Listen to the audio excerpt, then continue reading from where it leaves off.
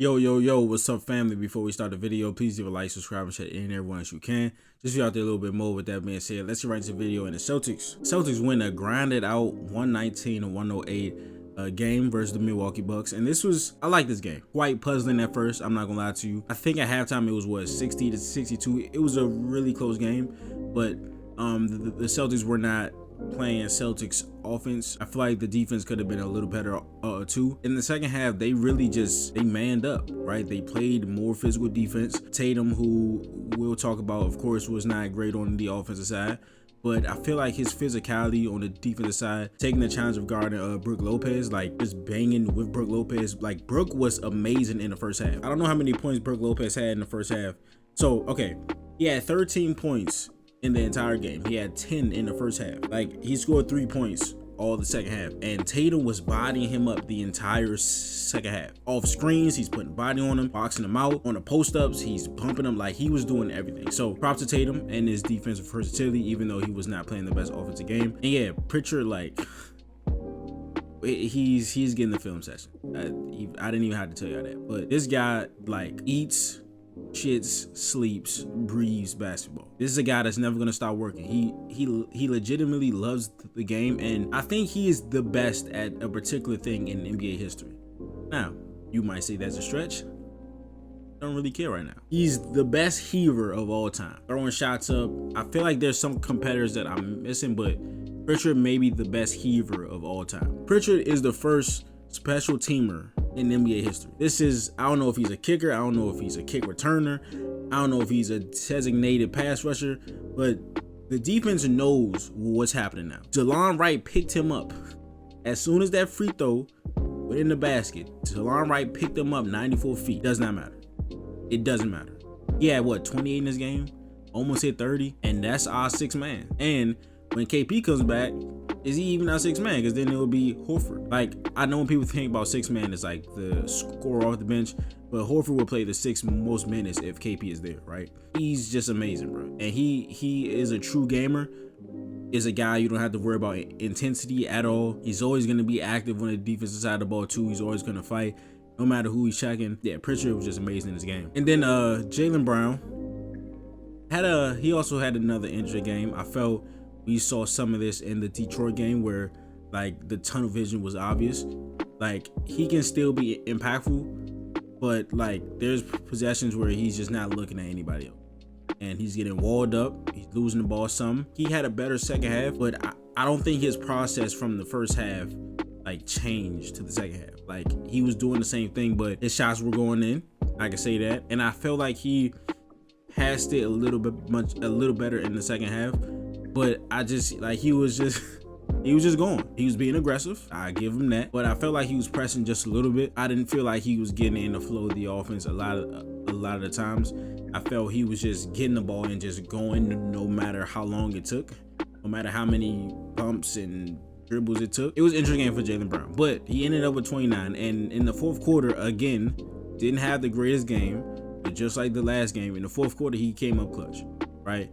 This is all that we can ask of him. He and Tatum do not need to be superhuman for 4 quarters. This is why you put the team around them. Jrue Holiday and Derek White. Jrue Holiday, man, was the only person I felt the entire game attacked at the right time and under control the entire game.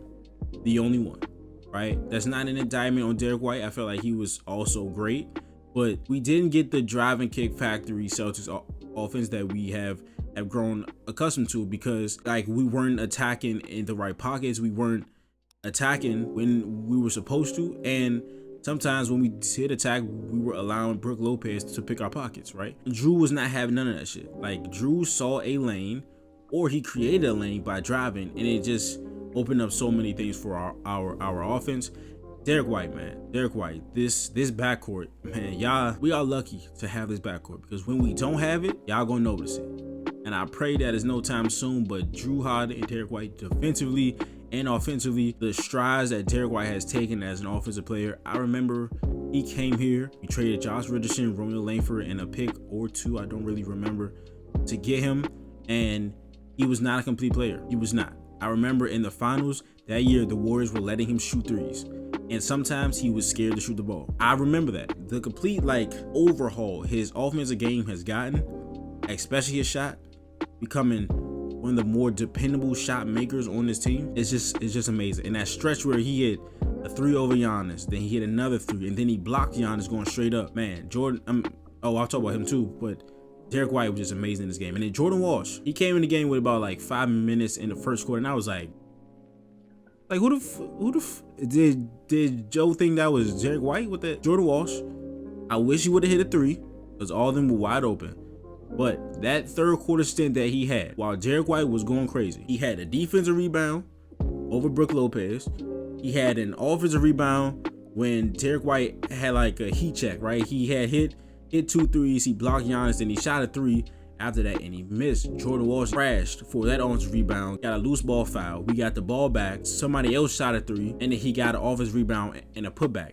Then there was a play on Giannis where I think he calls a travel. Like, Jordan Walsh was locked in. Jordan Walsh was supremely locked in, not hitting one jumper, not hitting 1 3, but still very effective in this game. And that third quarter stint that he had hustling and just understanding at a very young age that scoring is not how you're gonna get on this floor, right? I would love for you to hit an open 3. That helps us, but he understands at a young age that, hey, hustling, dirty work, screening, offensive rebound, crashing, like, just rebounding in general. This is how you're gonna get on the floor as a young player. And he continues to do that shit, and then couples that with the 3-point shooter from the preseason, we might have a real addition to our rotation in Jordan Walsh. I won't speak on Tillman in this game. A very high-ranking member of the Tillman FC. Not gonna speak on them on this game. Horford.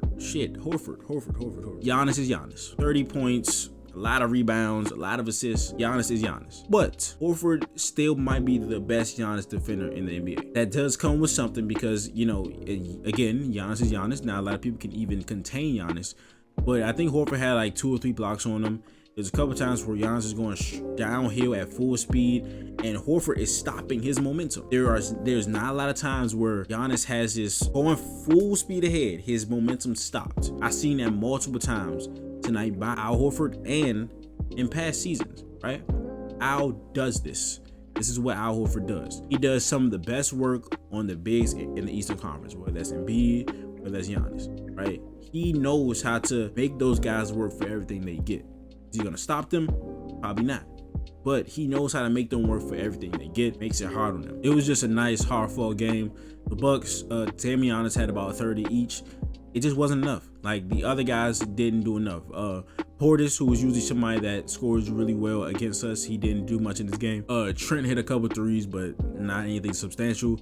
I feel like Taurean Prince defended well, especially on Jaylen and Spurts, but again, just not enough scoring. And yeah, I just don't think they did enough around them. Dame, the official, man, hey, Tony Brothers, brother. You're not my brother. Tony Brothers, you gotta get that shit together, Slim. I ain't gonna lie, like, that was horrible on both ends. I ain't gonna lie.